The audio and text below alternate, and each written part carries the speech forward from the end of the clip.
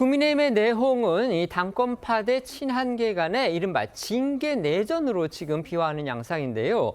친한계의 핵심이죠. 배현진 의원의 윤리위 징계가 게시가 된 겁니다.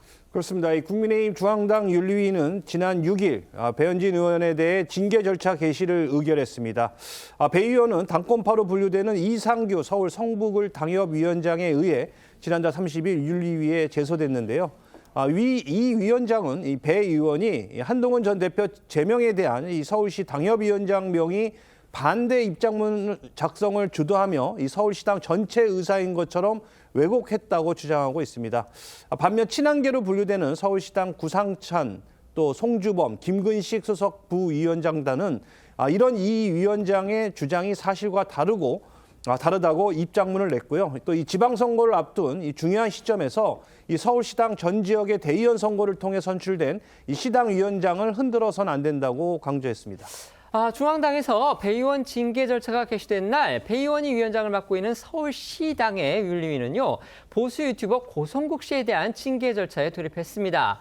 중앙당과 서울시당의 윤리위가 당권파 대 친한계 대리전을 하는 듯한 그런 모양새가 된 겁니다. 네, 고성국 씨는 앞서 자신의 유튜브를 통해서 전두환 전 대통령과 윤석열 전 대통령 등의 사진을 당사에 걸어야 한다 이렇게 주장을 해서 친한계 의원들에 의해 제소된 바 있습니다.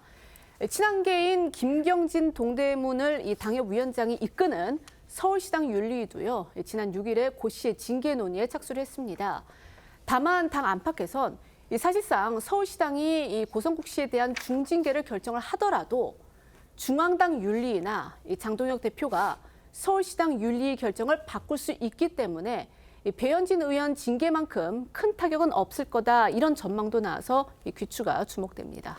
국민의힘의 친한계 현역 국회의원 10여 명 정도로 추산되고 있습니다. 그런데 왜 당권파가 이렇게 배현진 의원을 콕 집어서 징계하려는 건지 그 이유도 궁금합니다.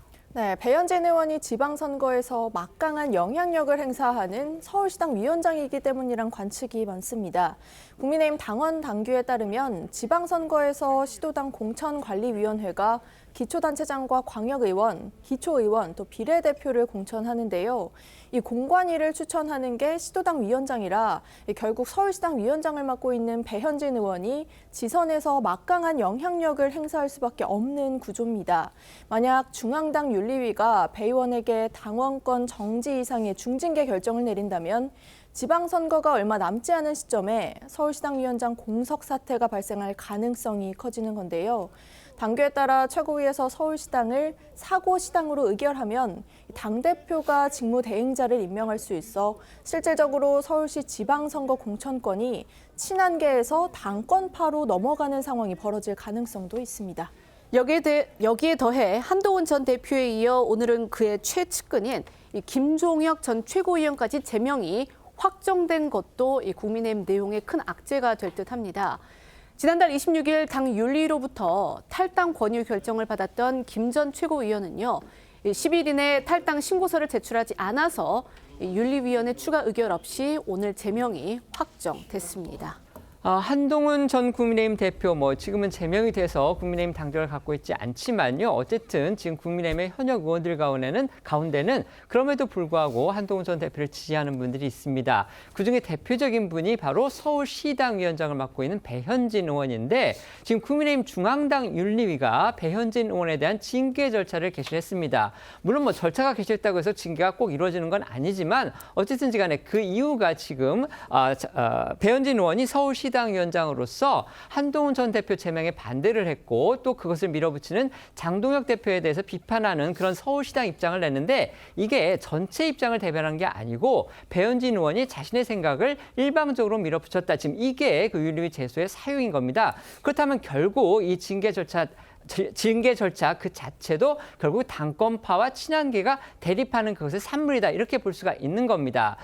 이럴 경우에 결국 장동혁 대표 서울시당 위원장을 갈아치우고 지방선거에서의 공천권을 강하게 지금 행사할 수 있는 서울시당 위원장을 결국 당권파가 가져오려는 그런 의도가 아니냐. 지금 이런 해석까지 나오고 있는 듯합니다. 어떻게 생각하십니까?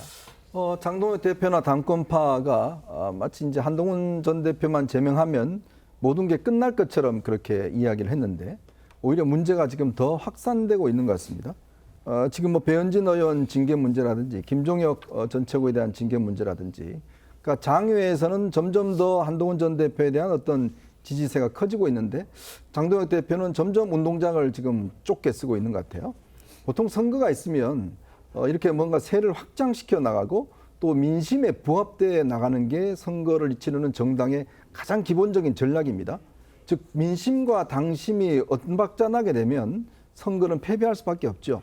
그러니까 지금의 국민의힘 상황을 보면 민심과 당심이 굉장히 아마 크게 엇나가고 있는 것 같습니다. 지금 이제 이 3월 달이면 이제 공천 시즌에 들어가야 되는데 이제 와서 당명을 바꾸고 그다음에 이제 서울시당 위원장을 제명하고 또 공천 룰을 저렇게 하고 한다는 것 자체가 과연 선거를 치르겠다는 공당의 어떤 태도인지 글쎄요. 뭐 6월 지방선거에서 일단 결론이 나겠지만 지금 상황으로 봐서는 꽤 어렵지 않을까라는 그런 생각도 듭니다. 네.